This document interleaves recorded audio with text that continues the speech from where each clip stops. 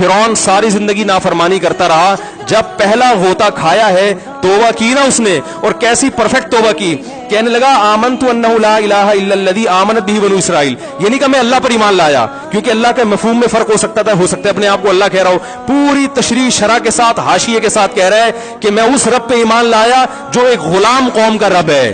صحیح ہے نا, میری جو بنی اسرائیل جو میرے غلام تھے نا, وہ جس کو رب مانتے ہیں میں اس پر کو رب مانا میں نے. اللہ فرماتے ہیں آل آنا, اب ایمان لا رہا ہے, وقد عصیت قبل, اس سے پہلے تو نے نافرمانی کی ہے, ایسا عبرت کا نشان بناؤں گا. فالیوم ننجیک ببدنک لتکون لمن خلفک آیا, تو مر جائے گا تیری باڈی سلامت رہے گی, آنے والے لوگ قیامت تک تیری باڈی کو دیکھ کر عبرت حاصل کر رہیں گے کہ یہ ہے جس نے زمین پر ایسی حکومت کی کہ اس کی حکومت کے کھوٹے زمین پہ گڑ گئے. آج کیسا عبرت کا نشان بنا ہوا ہے, کیسا پڑا ہوا ہے, مسالے لگا لگا کے تو اس کو محفوظ رکھا جا رہا ہے. اور اللہ فرماتے ہیں یہ تو اس کی باڈی ہے, تمہیں نظر آ رہی ہے, اس پر گزر کیا رہی ہے ہم تمہیں بتاتے ہیں. النار, آگ ہے, یعرضون علیہا غدوا وعشیا, جس آگ پر صبح اور شام اس کو جلایا جاتا ہے. وَيَوْمَ تَقُومُ السَّاعَةُ, اور جب قیامت قائم ہوگی, ادخلوا آل فرعون اشد العذاب, اللہ فرمائیں گے کہ ہم حکم دیں گے فرشتوں کو کہ فرعون کو اس سے سخت عذاب میں ڈال دو.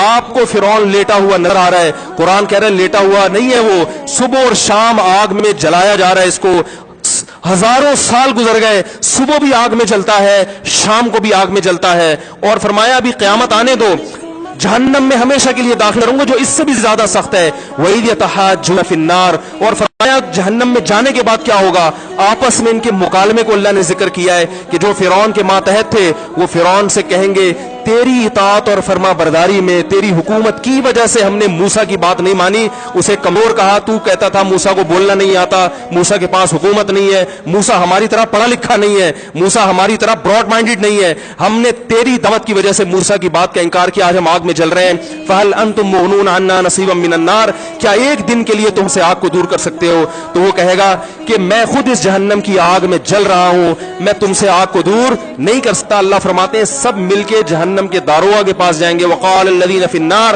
لخزنۃ جہنم ادعوا ربکم, کہ فرشتوں سے کہیں گے تم اللہ سے دعا کرو کہ کچھ عذاب میں تخفیف ہو جائے, کچھ مہلت مل جائے. تو فرشتے جواب میں کہیں گے کہ کیا تمہارے پاس ڈرانے والا نہیں آیا تھا, موسیٰ کلیم اللہ جس سے اللہ کوہ طور پہ ہم کلام ہوا کرتا تھا, اس نے تمہیں ڈرایا نہیں تھا کہ تم اللہ کی نافرمانی چھوڑ دو.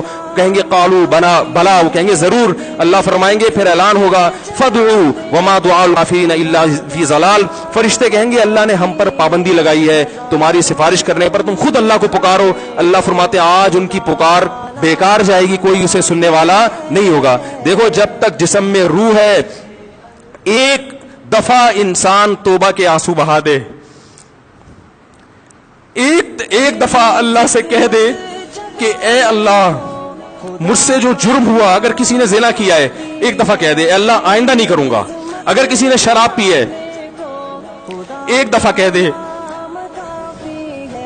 کہ اے اللہ آئندہ نہیں پیوں گا. اگر کسی نے اپنے والدین کو ستایا ہے ایک دفعہ کہہ دے اے اللہ آئندہ نہیں ستاؤں گا. اگر کسی نے وراثت کھائی ہے ایک دفعہ کہہ دے اللہ حق واپس کروں گا, آئندہ کسی کا حق نہیں دباؤں گا.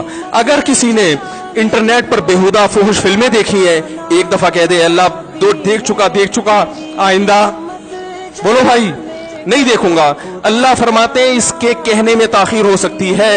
وَمَن يَعْمَلْ سُوءًا أَوْ يَظْلِمْ نَفْسَهُ ثُمَّ يَسْتَغْفِرِ اللَّهَ يَجِدِ اللَّهَ غَفُورًا رَحِيمًا, کہ ایسا ہی بڑا سے بڑا جرم کر لے, اس کے بعد جب اللہ سے توبہ کرے گا بشرطے کہ روح جسم کے اندر موجود ہو, اللہ فرماتے ہیں یجد اللہ غفور الرحیم, اللہ صرف گناہ کو معاف نہیں کرے گا بلکہ یہ اللہ کو غفور اور رحیم پائے گا.